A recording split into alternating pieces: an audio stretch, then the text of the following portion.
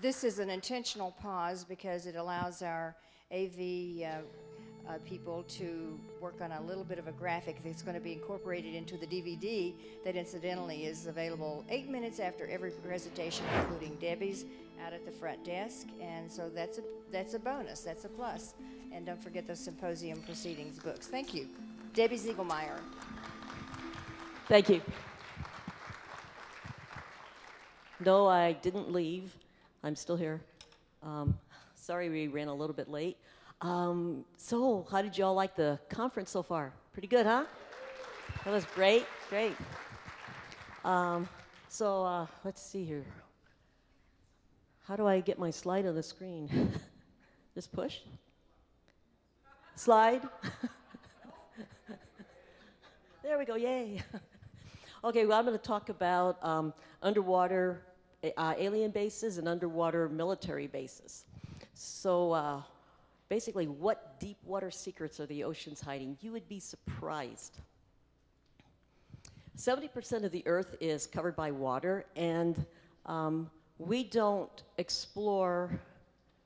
We don't look at our oceans near as much as we should. And in fact, you can see from this slide, we really don't explore much of our land mass. You can see the colored in areas.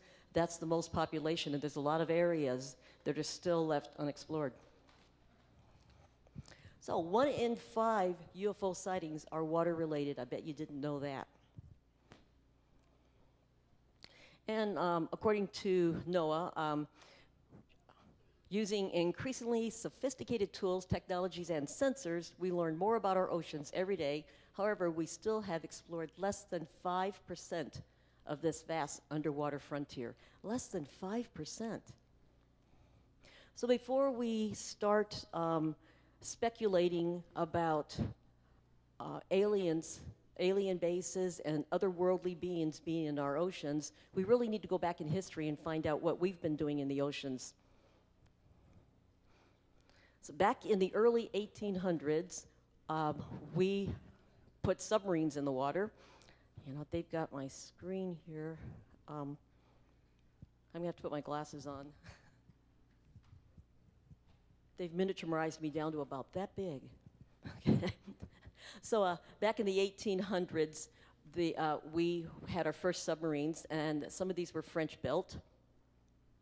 The most popular submarine known by the U.S. was our USS Alligator. This was a submarine that was owned by the Confederate Army, and it wasn't a Navy submarine. Surprisingly enough, it was a Secret Service submarine. So way back then, we had submarines. More recently now, this is the USS Illinois nuclear submarine. This is a 13th class Virginia class nuclear sub. It does everything from anti-surface warfare, delivery of special operations, I'm sorry, it's been a long day, strike warfare, irregular warfare, intelligence, surveillance. I mean, it goes on and on, all the things that this submarine, it's basically covering all aspects of military underwater. The test depth is 1,600 feet, that's as far down as they want to go. Collapsible depth is 2,400 feet. So basically at 2,400 feet, it starts to kind of collapse in from the pressure.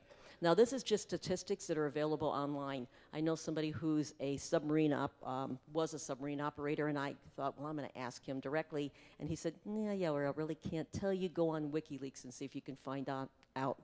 So I looked and didn't find anything in WikiLeaks, and so then I thought, well, I'm going to go to the old standard, and I went to Wikipedia, and sure enough, there it was. So according to Wikipedia, we have 2,400 feet. And the 90 days, that's the amount of time that it can stay underwater, and mainly because of the supplies. They keep about 90-day supplies. But I imagine there's submarines out there that can do a whole lot more.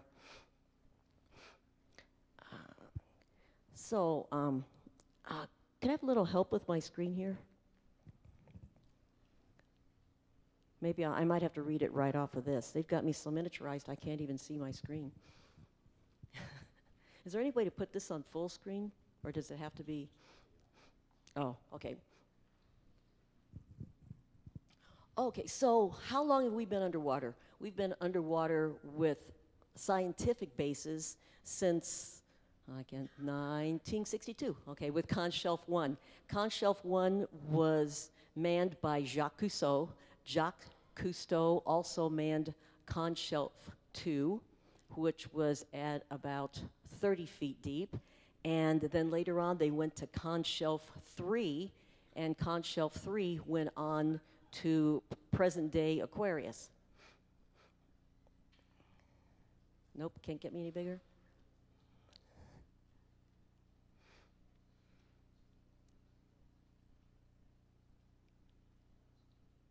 That's okay, I can.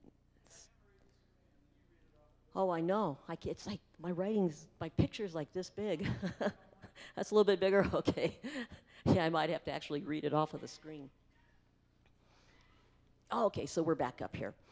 Okay, let's see. So I already told you about that. Oh, the longest that Jacques Cousteau Sr. stayed down was 30 days. Later on, his son, Jacques Cousteau Jr., tried to break his dad's record. He did break it by 1 day. So we've had underwater laboratories since 1962. And this is Aquarius. Aquarius is currently in Key Largo. This one, it was kind of funny. We ran across this. This is 60 miles out. I'm sorry. It's 8 miles out. I can't read my writing here, but 8 miles out. It's 60 feet deep, and it's used to do underwater research. So they'll stay under there for a couple weeks. They stay in the laboratory, and then the divers go out and to do their research, and then they come back. And we happened to run across this one day when we were on our boat. We were looking for a place to dive. My husband and I used to have a condo in the Keys, so we took our boat out, and we were trying to find a reef that was out there, and then we heard that there was a wreck. And he said, "There's a sign, go, get closer and closer, see if you can see what that sign is." So I said, "Well, closer, closer, I can't see it." Well, finally we got up to it, and it said, Aquarius, Underwater Laboratory, don't get within 500 feet.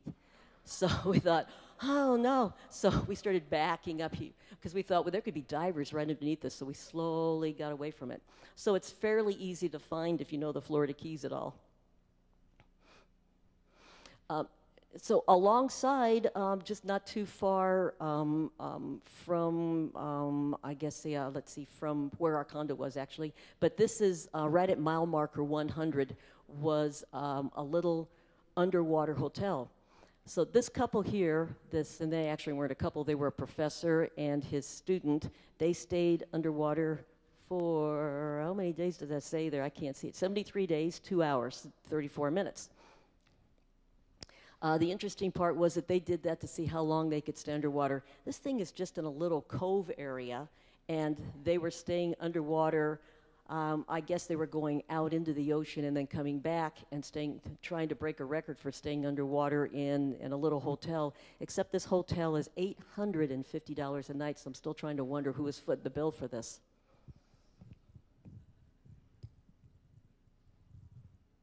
Put my glasses on so I can actually see my slide still. Okay, so we know that we've been underwater with research laboratories, but what about tunnels? We've been tunneling underneath the water for years. This was 1927 when we built the Holland Tunnel. It's a highway that's it's under the Hudson River, and it's between Manhattan and New York and New Jersey. So this was operated by the Port Authority of New York, and westbound, or east and westbound, I guess 78 goes underneath it. Opened in 1927, so we know that we've been able to tunnel under the water for quite a while. These are boring machines known as the mole. So this is equipment that we use to bore underwater. So it's pretty interesting. We've been underwater for a long time, and I bet a lot of you didn't know that. This one here is the Channel Tunnel. This was built in November 14th, 1994. It's 31.35 mile rail tunnel. This is between France and the United Kingdom. So this is at its lowest point, it's 250 feet deep below the seabed. So they've dug down, we have dug down 250 feet below the water level. This is the longest undersea portion of any tunnel in the world. And there is, although there is a tunnel in Japan that runs under the water, but it starts more at land and then goes to more land, but this is the longest undersea tunnel. So how many of you knew about James Cameron, right, in the Mariana Trench? James Cameron basically he went down, but his crew got him down to a depth of 35,756 feet deep on March 27th, 2012. Really cold and really dark down there. This was verified by the members of the National Geographic expedition, and they have confirmed this depth. So what he did was he just took this tube and just went straight down this trench, down at pressure depth. So it doesn't mean that we can spend any amount of time down there. He just went down and pretty much just came back up. So what are the deepest parts of the ocean? Our deepest parts of the ocean are trenches. We have let's see, do I even have a mouse? Oh, yes, okay. Well, okay, right here is Peru-Chile Trench. We've got Puerto Rico Trench. And then you go into here where there's the Japan Trench, and they go all the way down the coast, down here to Australia. So it's important.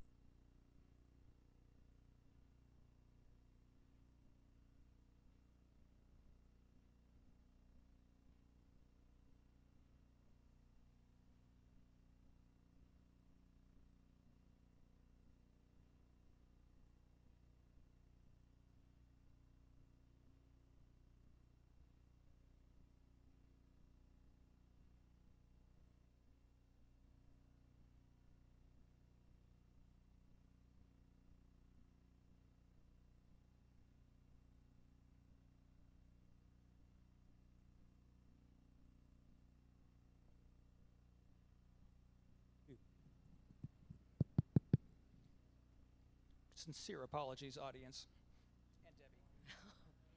Oh, that's okay, I'm versatile. So now I've got glasses, and if I trip over this, and the bad part is I'm wearing reading glasses, and I've got this long cord, so I may plummet from the stage. I'm fine. Okay, so the deepest parts, we have to know before we start to speculate what's underwater and where. We need to know where the deepest parts of the ocean are. So like I said, we start up in here in Japan, and we can work our way all the way down. So I was really interested because of course, of the nature of where a lot of these sightings are in the United States as to where the deepest parts of our ocean were near the California coast. So right here is the coast, right here, California coast. 1 through 10 are the major Pacific trenches, and 11 through 20 are the fracture zones. So you can see where the deep areas here, and then you go back over into Japan. In October of 1966, the U.S. Naval Ordnance Test Station in China Lake came out with this document, and this is a document that I got from the MUFON archives. Large undersea installations with a shirt sleeve environment have existed under the continental shelf for many decades. The technology now exists using off-the-shelf petroleum, mining, submarine, and nuclear equipment to establish permanent manned installations within the seafloor that do not have any air, umbilical, or connections with the land or water surface, yet maintain a normal 1 atmosphere environment within. Now, 1 atmosphere is the atmosphere that we're breathing right now. So if you go down 32 feet deep, then you're breathing 2 atmospheres. You go down 66 feet, you're breathing 3 atmospheres. So you've got pressure and then additional pressure and additional pressure.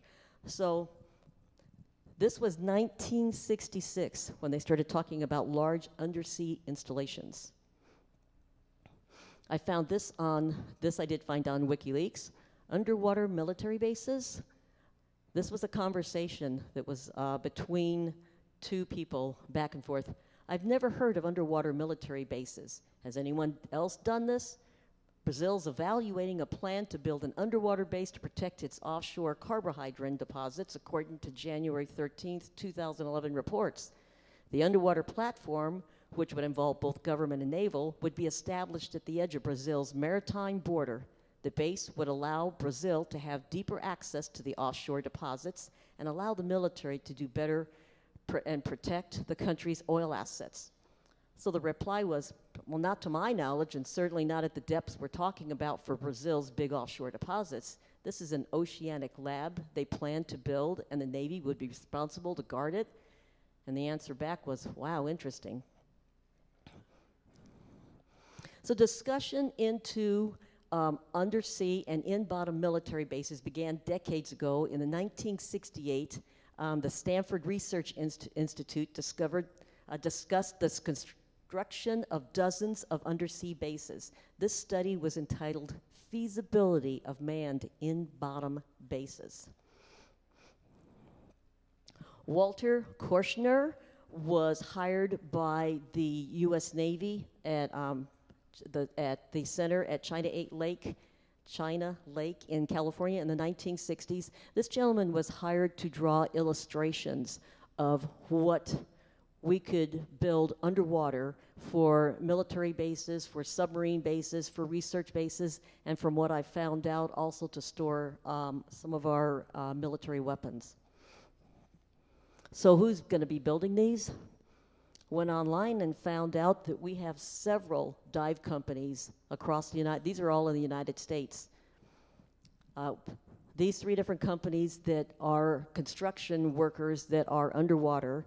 They do Navy contractors, underwater construction, nuclear power, chemical plants, pipes, tunnels.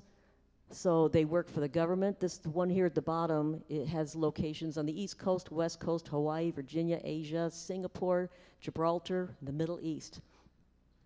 So now we know that we have underwater research facilities. We've built tunnels underwater. We had submarines from the early 1800s. Here's the people that are building these.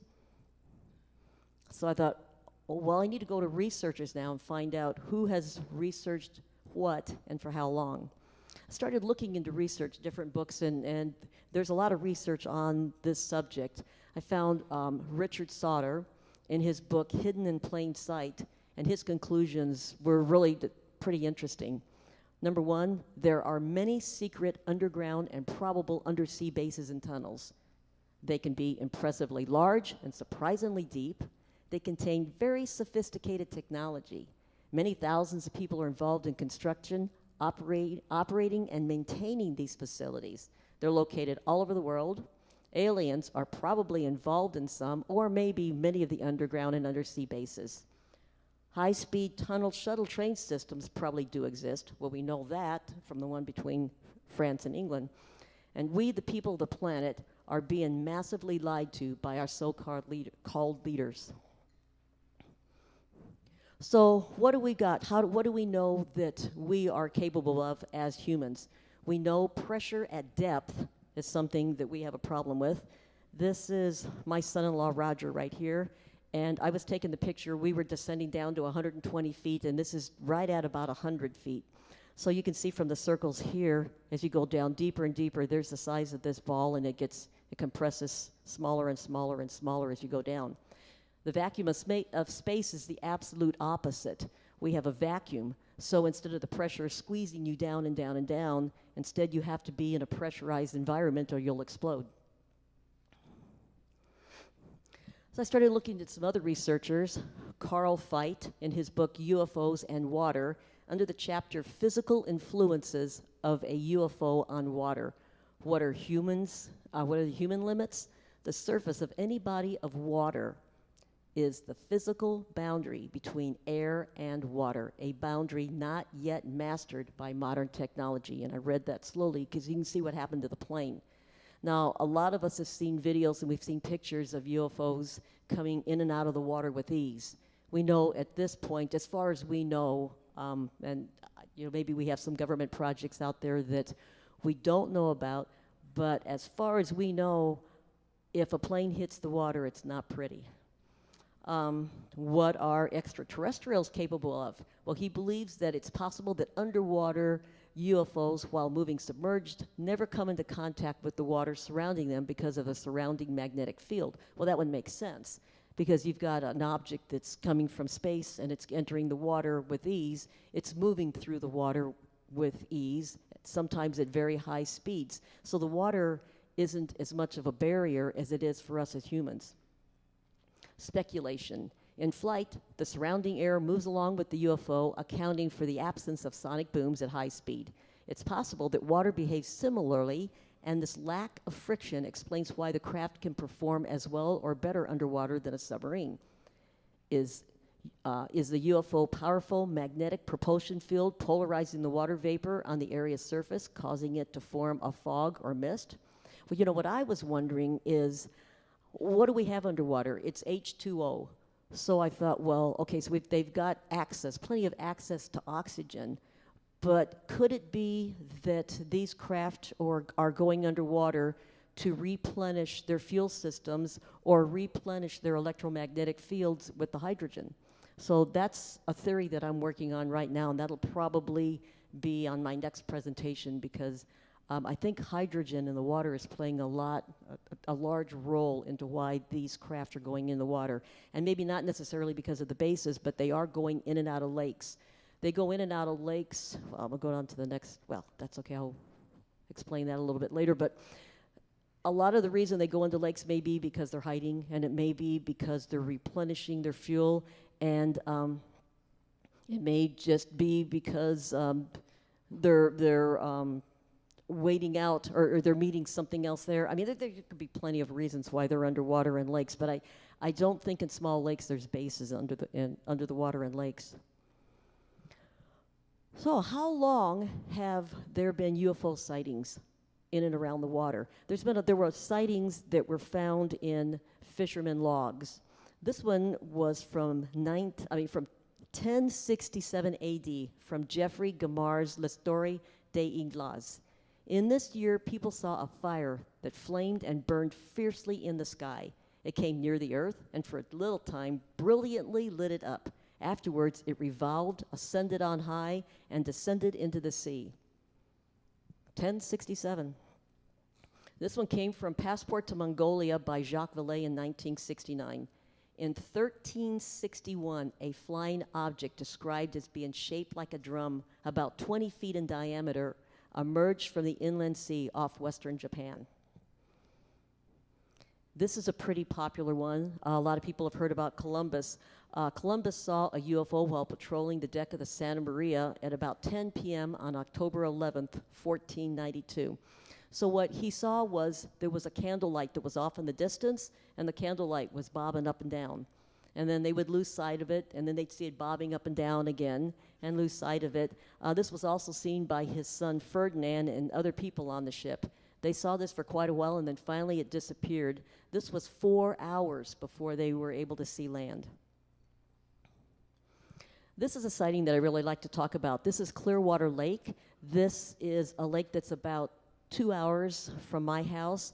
This was involved in the 1970s UFO flap of Piedmont. So Clearwater Lake is not too far from Piedmont, and if you ever do any research on UFO flaps, one of the largest UFO flaps was between 1973 and 1978 in the state of Missouri, down off the 37-degree parallel line in Piedmont, Missouri, and in and around Clearwater Lake.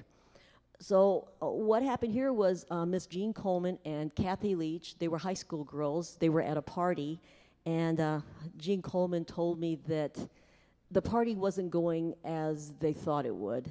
They were very nice young ladies, and the party took kind of an ugly turn with some drinking and some other carrying on. So she and her friend decided that they were just going to go home. They were coming back toward Piedmont. They went across Clearwater Dam, and there was this large craft that was hovering right over the top of the water, right near the dam. And she said the lights would get really bright, and then they would dim, and they lost sight of the object, and then they would get really bright again and dim, and this went on for a couple minutes. They stopped on the dam to watch, and then they got a little bit scared, and they took off. This was also collaborated by one of the park rangers on the opposite side of the lake in the spillway where they have the campgrounds. And he said that not only he, but some of the other people that were camping there had seen something that was traveling underneath the water for a while, and then it shot out of the water and went up into the sky. Now, I don't think that there's an alien base under there, but I think this might be one of those cases where, since it was hovering over the water, it might have been maybe replenishing something. Whatever it was over the top of the water, you know, like I said, maybe replenishing something, maybe getting, maybe cooling.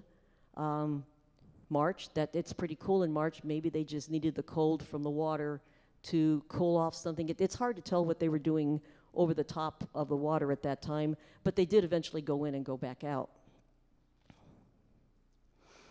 Oh, so Catalina Island. I know we have some California people here. Catalina Island is 20 miles off the mainland. It's 21 miles long and 8 miles at its widest point. Catalina Island is off Southern California, off the Southern California coast. The depths there of the water reach about 3,000 feet. There's been a lot of sightings in the Catalina Island area. So we're going to go back and start with one of the first ones, which was in 1947. The first California underwater UFO was spotted on July 7th, 1947, when two San Rafael teenagers saw a flat, glistening object emerge from the water, fly around, and then dive back into the water 400 yards away. And then again on July 8th, 1947, that was the same day that the Roswell Daily Record reported the UFO crash in Roswell. That same day in the Catalina Islander, there was a report of an alleged sighting by 3 visiting Army veterans of 6 flying discs traveling at high speed from the northeast and passing directly over Avalon before disappearing over the East Peak. On January 26, 1980, a pilot named Noah Felice claimed that a UFO on top of the water shot a beam of yellow light at his small plane, causing it to crash. This resulted in severe injuries to himself and the death of his cousin Mark. So this is off Rippers Cove, Catalina Island. And these are some pictures that were actually taken and submitted of UFOs off Catalina Island. Also again, Catalina Island, June 14th, 1992.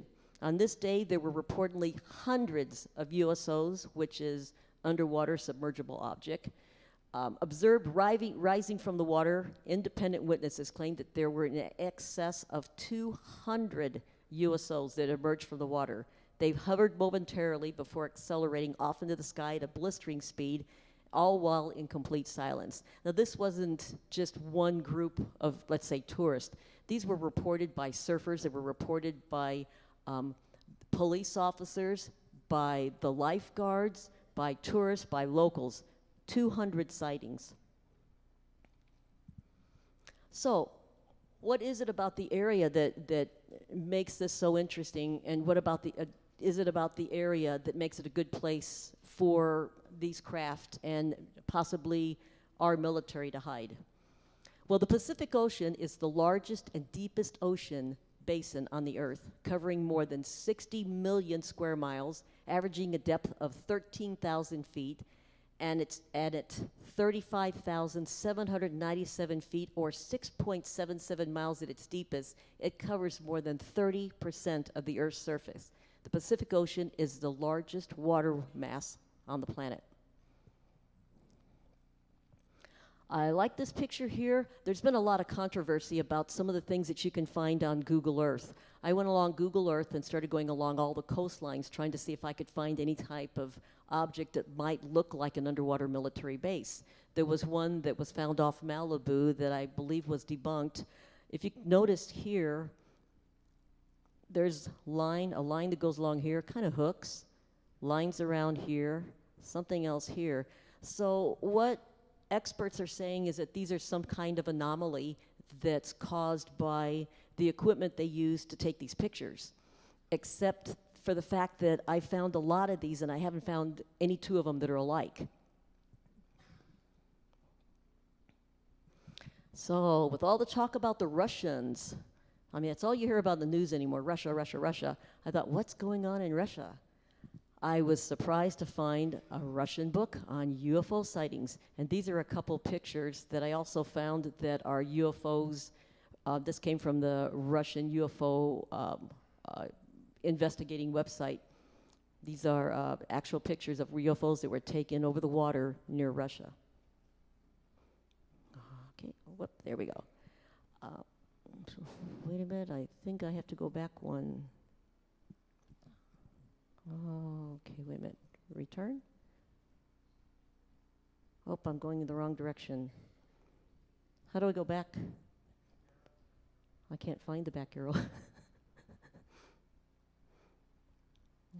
Let's see, return, shift. How about, okay, there we go. I'm going the wrong direction here. There we go. I found it. Okay. Sorry, it's not my computer. Vladimir Athaza, he's the Russian ufologist. He said, I think about underwater bases and say, why not? Nothing should be discarded. Skepticism is the easiest way. Believe nothing, do nothing. People rarely visit great depths, so it's very possible to analyze what they encounter there. Russia has a ufology research center. So this report came from the research center. In August of 1965, a crew of the steamship Raduga, while navigating in the Red Sea, observed an unusual phenomenon. At about 2 miles away, a fiery spear dashed out from the water, from under the water, hovered over the surface of the sea, illuminating it. The spear was 60 meters in diameter. It hovered above the sea at an altitude of 150 meters. Then a giant pillar of water rose as the spear emerged from the sea and collapsed some moments later. So if you're not really familiar with where the Red Sea is, this is the Red Sea. And right here you got Egypt, Sudan, Saudi Arabia, Yemen. This is another report that came in December of 1977, not far from the Novi Gori Island. The crew of the fishing trawler Veliki Kislev also observed something quite extraordinary. Rising vertical from under the water was a donut-shaped object. Its diameter was between 300 and 500 meters. It hovered at the altitude of 4 to 5 kilometers. The trawler's radar station was immediately rendered inoperative. So now we got some EMF effect. The object hovered over the area for 3 hours, and then it disappeared instantly. And this is the trawler. I found a picture of the trawler, and this is a picture that was submitted along with this report. Lake Baikal. People often report UFO encounters in this Russian lake. It's the deepest fresh water body in the world. Fishermen tell of powerful lights coming from the deep and objects flying up from the water. This lake here is 4,900 feet deep. It's credited with holding over 20% of the planet's fresh water and harbors more indigenous species of flora and fauna than any other lake on the face of the earth, including numerous fish species that are found nowhere else. So also on this lake, in 1982, a group of military divers were training and spotted a group of humanoid creatures that were dressed in silvery suits. The encounter happened at a depth of 165 feet, so you can tell these were tech divers. As recreational divers, were limited to 130 feet. So these were tech military divers. The divers tried to catch these strange creatures. 3 of the 7 men died, and the other 4 were severely injured. A lot of you probably saw this on the news. This was late in April of 2009. Astronauts aboard the International Space Station saw this strange circular area of thin ice in the southern end of Lake Baikal in southern Siberia. There was also another circle, and so there's actually, let's see, you got this one here, and then this one over here in the corner. Both of these were visible from April 20th, 2009 into June. And no one ever did figure out what they were. I know they had some researchers on, and the last I saw, they really weren't exactly sure what they were. This is a very interesting Russian sighting, well, from the crew anyway. This was in the Mediterranean Sea, June 1984, seen by 2 different vessels. The Gory was in the Mediterranean Sea, 20 nautical miles from the Strait of Gibraltar.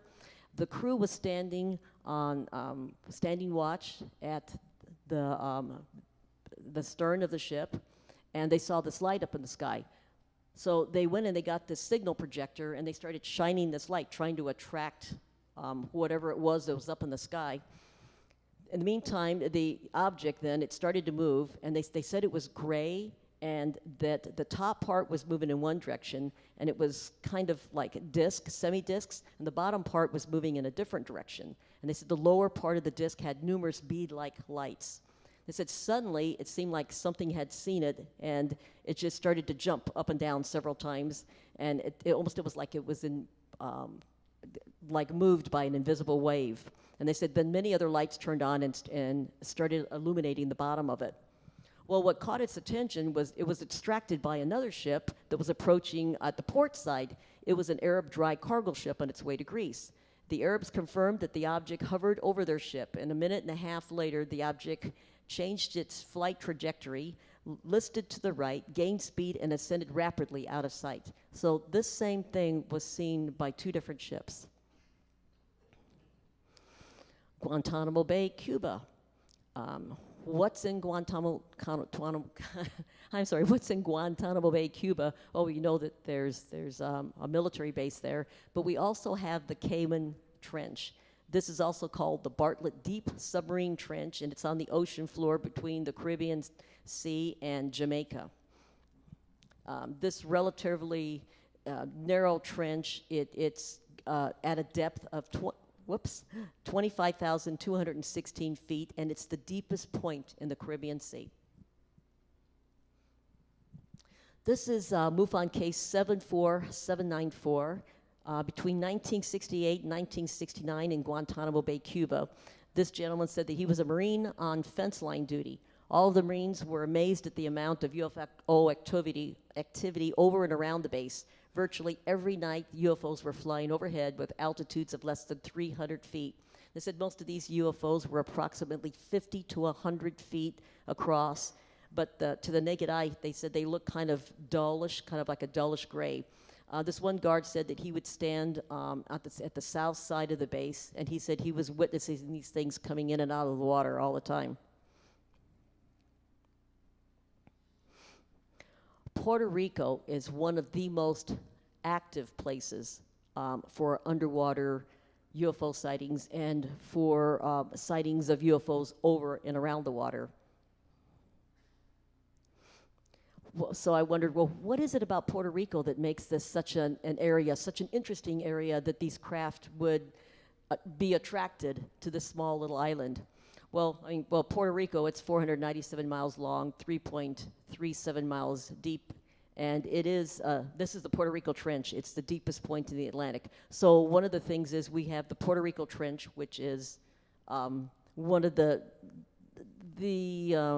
places where they see a lot of USOs coming in and out of the water. This is a very active area, very deep area, and a good place for our bases or alien bases or people maybe traveling through space want to hide. So, okay, we've got the Puerto Rico Trench. What else have we got in Puerto Rico? Puerto Rico is also one of the 3 points of the Bermuda Triangle. So we've got Miami here, we've got Puerto Rico here, and there's Bermuda. Puerto Rico is also the home of the Arecibo Radio Telescope, which is the largest radio telescope in the world. So there's 3 very interesting things along with military base in and out of there that, for whatever reason, make this a really unique place for UFO sightings. This is my favorite sighting. This was 1989. This was a fisherman who he was a fisherman who was also a skin diver. So when he went fishing, he always carried his snorkel, fins, and mask with him.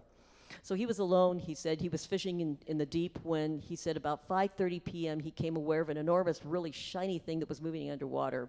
He said it stopped at about 500 feet away, and then he said it turned itself off. So what does he do? He grabs his snorkel, fins, and mask and goes down for a look.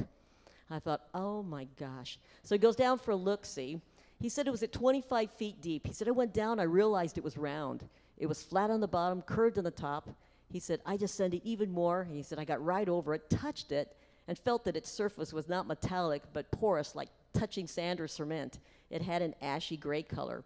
He said when he touched it, he noticed that it was absorbing water. So you see what I mean? There's a reason why they're underwater, and it's not necessarily hiding.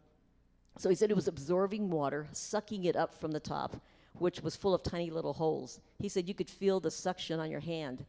I went up for some more air, and then I went down again. So the first time, he wasn't brave enough. He went down for another look. He said, this time I swam under it.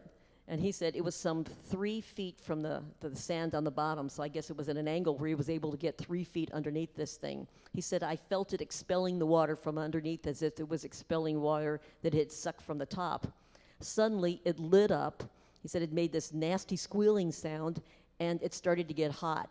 So he thought, well, okay, well, now's the time to leave. So he came up to the surface, and he swam as fast as he could, and he went over to this little island, and as he looked off, he saw it come out of the water in a little pinpoint and go off into the sky. I thought, wow, this guy is brave. This was a MUFON case 62483. This was a report from a man. He took this picture. He was on a cruise ship, and he was on the coast right off of Puerto Rico. So you've got a little item here, and it's blown up bigger there. And I believe the final result of this one was unknown. This was a report that was done at the MUFON Symposium last year. This was April 26, 2013 in Puerto Rico. This was a video that was reported by Customs and the Border Protection. Over 3 minutes of video was recorded. It was investigated by the SCU Scientific Coalition for Ufology. The video was shot from a helicopter at Rafael Hernandez International Airport.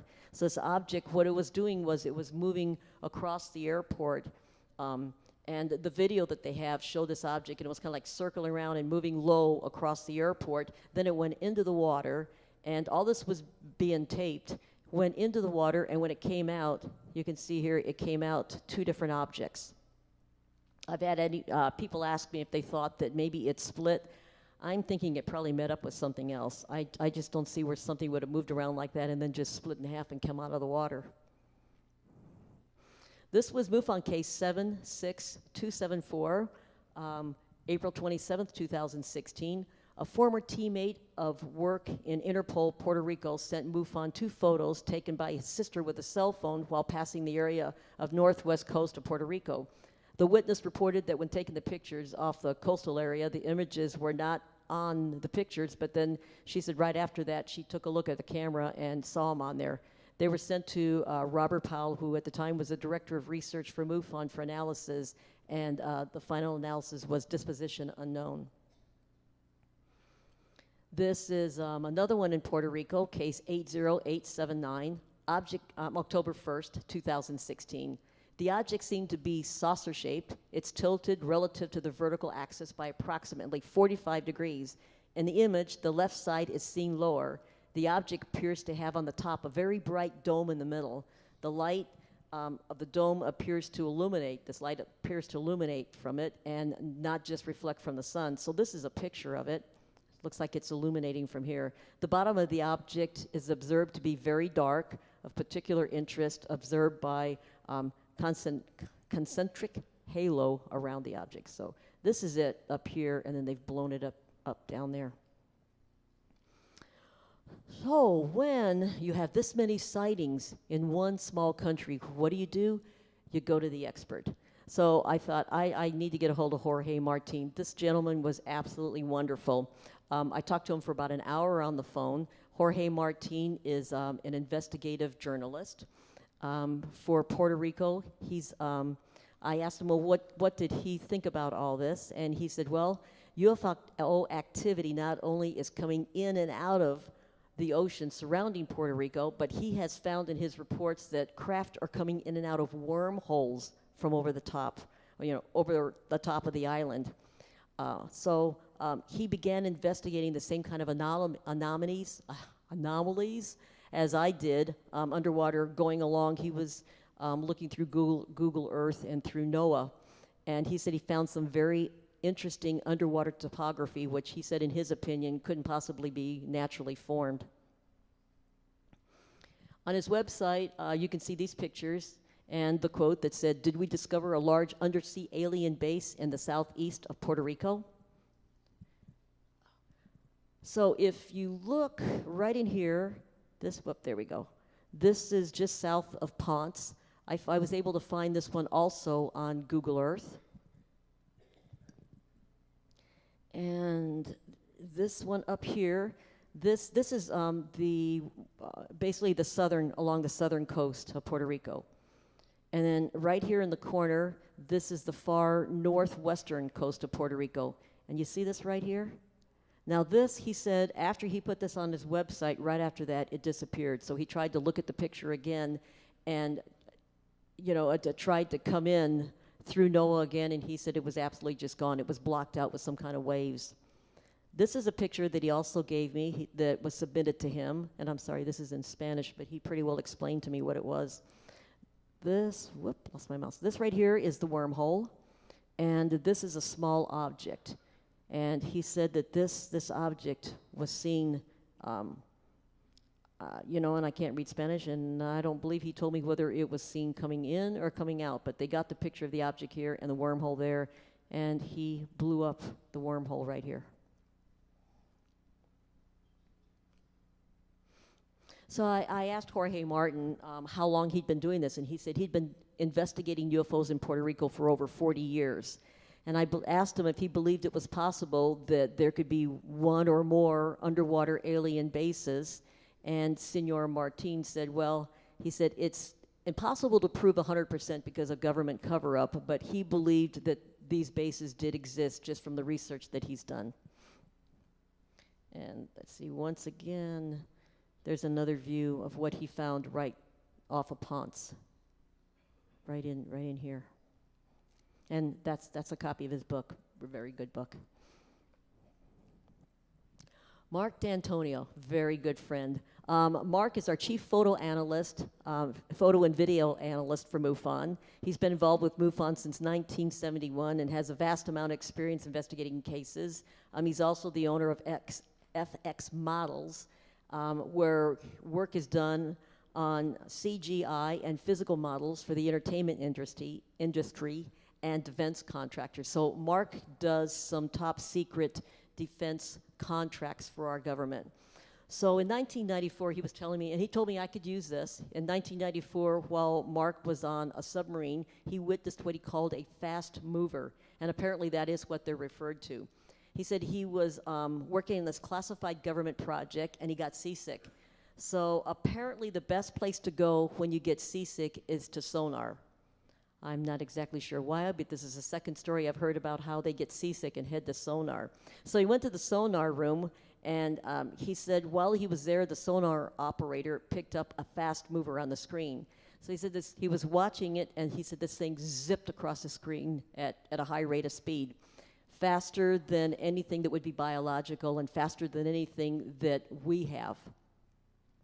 So the sonar operator talked to the XO, executive officer, and asked him what he should do. He said, XO, I just saw this thing zip across the screen. And he said, log it and store it. So Mark said, well, being the expert that I am, he said, hey, XO, do you want me to investigate that for him? And his reply was, enjoying your time on our sub? And Mark said, yes. And he goes, want to stay here? And he said, I didn't say anything else. But he said a couple years later, Mark's a great guy. He said a couple years later he was at a dinner party, and there were some military people there, and there was an admiral and his wife. So he thought, oh, great opportunity. So he went up to the admiral, and he said, so what about this fast mover project? And he said the admiral looked at him and said, well, I can't talk about that, and just kind of walked away. I also have a gentleman that comes to my local MUFON meetings who was also on a submarine and told me pretty much the same story, that he would get seasick sometimes, and he would go over to sonar and sit there and talk to the sonar operator, and one of these things zipped by at a high rate of speed, and he said, what was that? And the guy in sonar looked at him and said, you didn't see anything. So apparently these things are called fast movers. So we know we have things going underwater at a fast rate of speed. So I thought, what about people that are abducted? This is, and I don't really have time to get into the story too much, but you can look this up online. Linda Porter, she claimed to have been abducted by aliens at age 15 and taken to an underwater alien base off the coast of California near Santa Barbara. This is another abductee that I found, Filberto Cardenas. On July 3rd, 1979, he claimed to be abducted from a highway outside of Hialeah, Florida, with his family. And I think what happened was his car broke down, and he was working on his car, and then he was just gone, and then he was just back. So this gentleman was, he said he was taken to and shown an underwater base that aliens maintain near Miami. And I believe what it was he started walking for help. And as he left the car that was broke down and left his family there, and he was walking to try and find some help, he was taken to this base, this underwater base. This book, UFO-USOs and Extraterrestrials of the Sea by Maximilien de Lafayette.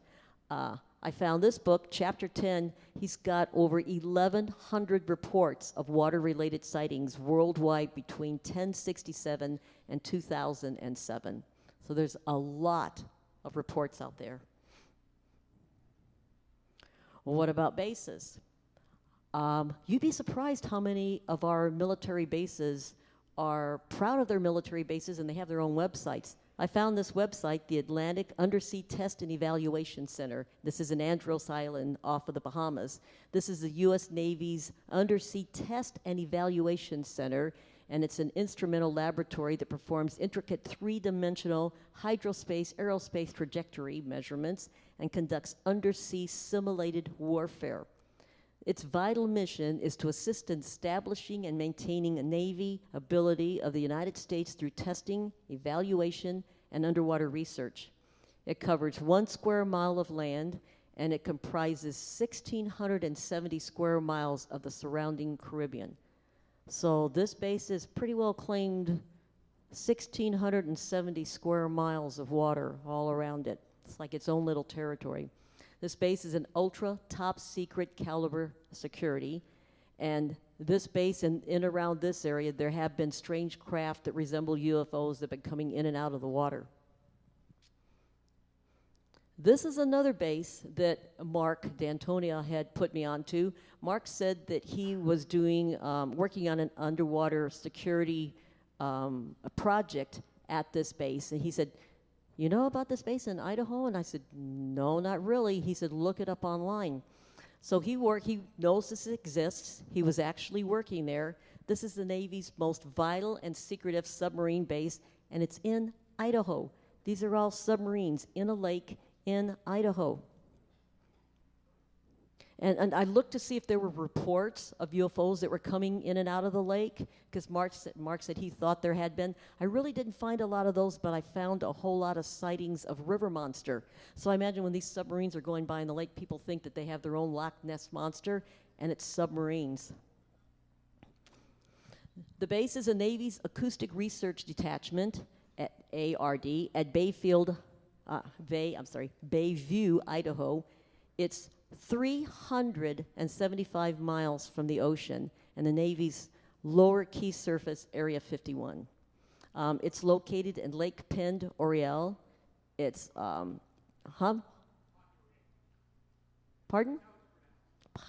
How was it pronounced? Pandoray. Oh, okay, thank you. Pond, okay, P-E-N-D, Pond Oreille. Thank you. It's the base, and actually what they do is, because it did the same thing with Cape Girardeau in my city. And what they do is they produce 3/4 size submarines in this small base. The government thought that if they produced 3/4 size submarines rather than full size submarines, that they could save millions of dollars while they were testing different sizes and different shapes. This lake is 1,150 feet deep. This small base has supported every major submarine design of the last 65 years and has been in existence since World War II.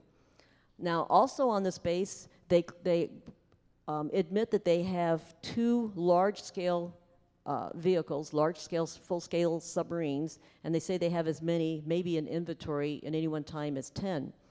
So I started wondering, and I went on Google Earth and I did a Bing search and everything else, and there isn't a lake, a river that goes anywhere into any mass body of water from this lake. So you got this lake that's been in existence for 65 years, and right there on the lake, they claim that they have a little place where they are building some of the mini subs. They never really said anything on their website, which they do have a website, about any of the larger subs that are in there. And then they didn't really mention what happens to these subs when they're all finished with them. So if they're building these subs, there's either a whole lot of subs that are just sunken reef, natural or man-made reefs on the bottom of this, or they're getting them in and out of here. Now, if they're already saving money and building three-quarter size, I really can't imagine that after they got done, they would just sink them. So, and what about the large size? So it got me to think about that. This is 375 miles from the ocean with no constant river going from this lake out to the ocean or to the Great Lakes or going to anywhere else. So I did a little bit of research on it, and it seems the consensus is that there's some kind of an under-basin riverway tunnel system. So there's submarines that are coming in and out from the ocean, and this has been going on at least for 65 years. This is Yulin, and if I've got that wrong, please correct me. Naval base in China. It's a naval base for nuclear submarines along the southern coast of the Haiyan Island, People's Republic of China. This underground base has been reported by several intelligence agencies, especially Indian agencies. These images were collected by the Federation of American Scientists in February of 2008, and they show that China Lake construction is a large-scale underground base, and this is for their naval forces.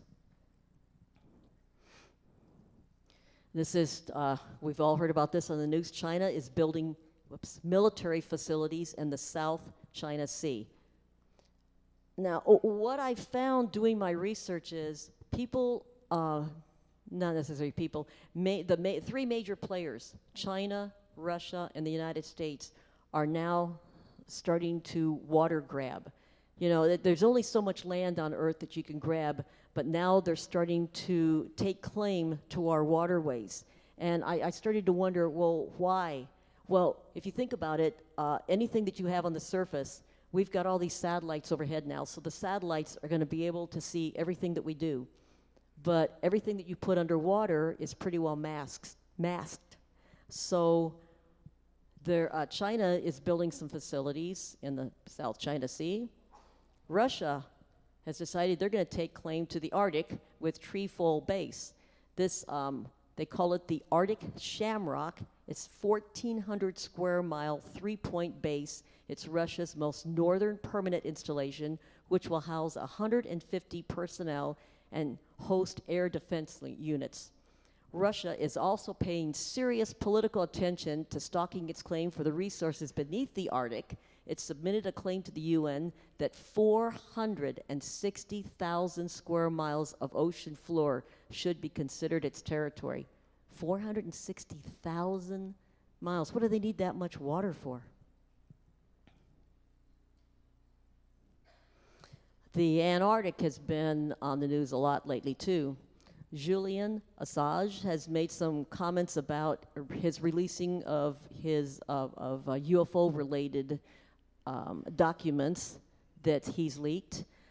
In some of these, I found a lot of talk about it. This one I couldn't find exactly. There's thousands and thousands and thousands, but a lot of people make reference to the one that it was an all-out alert that was issued by the Air Force Space Command after the emergence of a large fleet of airborne unidentified objects from the floor of the southern seas of the Antarctic on June 10th, 2004. And then we know that on November 7th of 2016, John Kerry, after a departure to a trip to Antarctica, discussed a new agreement with the United Nations, supposedly about global warming, but now there exists, and there had existed a little bit of a ban, restrictions of going to Antarctica. Well, we now have, in effect, a 35-year ban on private ships from traveling to Antarctica without advanced authorized permission. So I was wondering about this ban. So is this ban to cover up what? This is there's a lot of controversy on whether or not there are underwater human bases, alien bases, shared human and alien bases. These pictures here were released by WikiLeaks. And if you look up here, there's some kind of an object right here. And this I'm not real sure of. There's kind of a glow there. I know I've been to a glacier. I've been to Glacier Bay, and sometimes with the sunlight it glows. It's not a really good picture. You can see the sun here, and that might be a reflection. But they made mention that they thought that was an interesting area. But definitely this one is. And these, like I said, were released on October 18th, 2016 by WikiLeaks. So what have we got? After all of this, possible underwater military and or alien bases. So the Pacific Ocean, we know that there's some type of bases in Alaska, Catalina Channel Islands, Hawaii, Long Beach, Monterey, Moonless Mountains, Puget Sound region off of the Pacific Northwest, San Diego, and Channel Islands, South China Sea. What I've done here, Atlantic, and what I've done here is, you can see and read all of these, the activity that we're having, and I'm sure there are a lot of underwater bases, military bases, our military and other militaries' bases that I just didn't have time to find yet.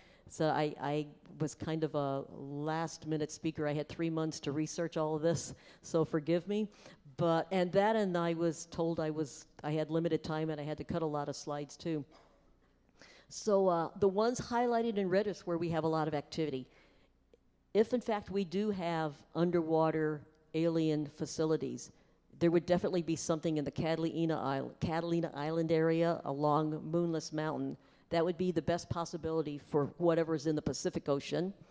The Atlantic Ocean, there's been a lot of activity around Andros Island near the Bahamas, Guantanamo Bay, and Puerto Rico.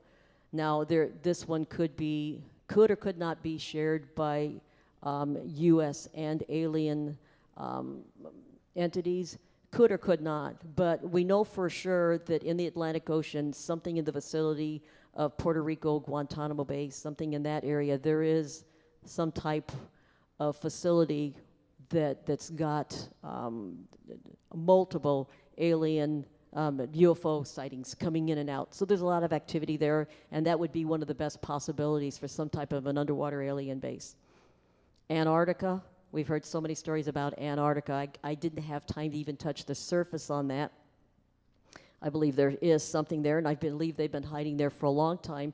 I think I got just a few more minutes here. I had the opportunity about 15 years ago. There was a friend that I have that showed me a photo. I was in Colorado at the time, and he said, "Look what I found online." And he had one of those old, I guess it's like a scope. It's one of the old antique picture viewers, and he had this tin picture at the end of it, and then there was this long tube, and then he had a handle, and then you look through this little view piece.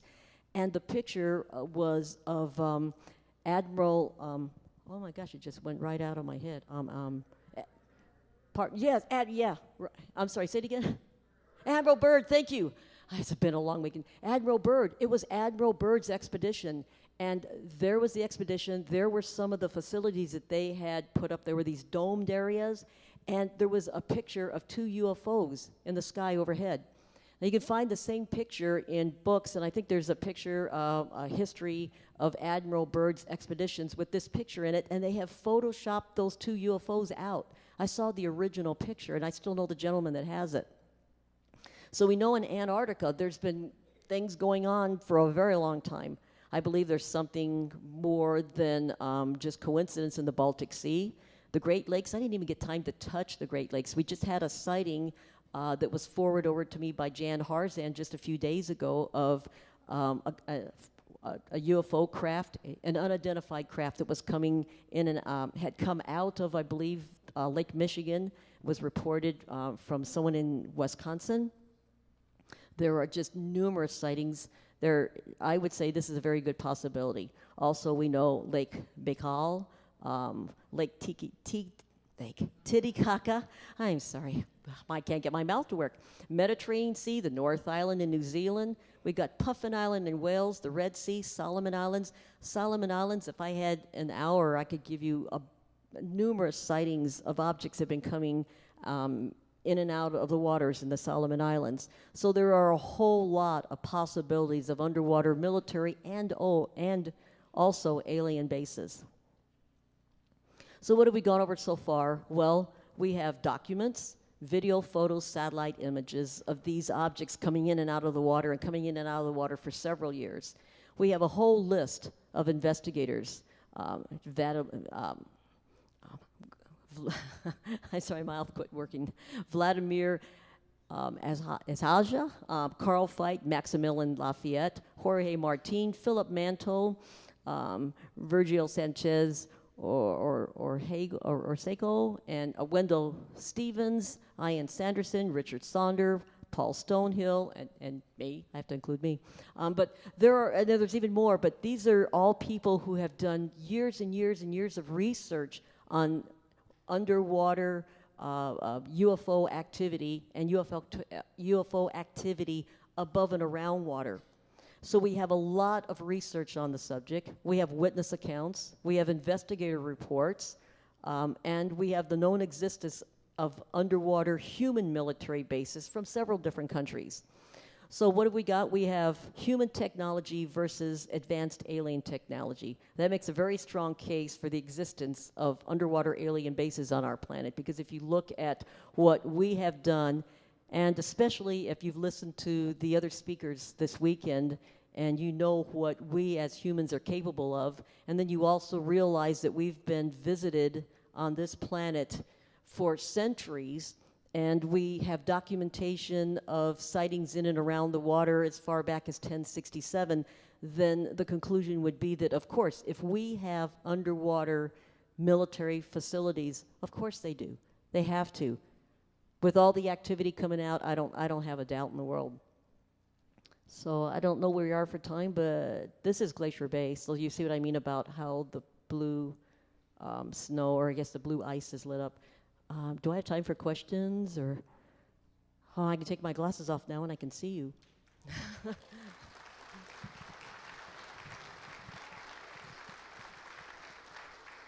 We have questions? Should I put the microphone back? Questions, come up to this mic, please. Oh, you got it? Ow. And how are we for time?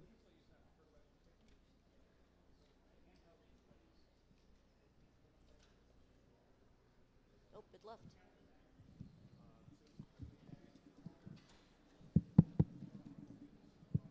Debbie.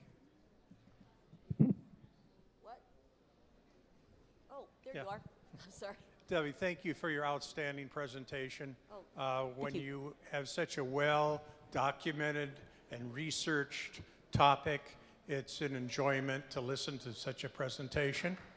Oh, thank you. I'm sorry we had some technical difficulties. I apologize. I don't buy many of these videos. I've been to a number of conferences, but I'm sure as hell going to buy yours. Oh, thank you.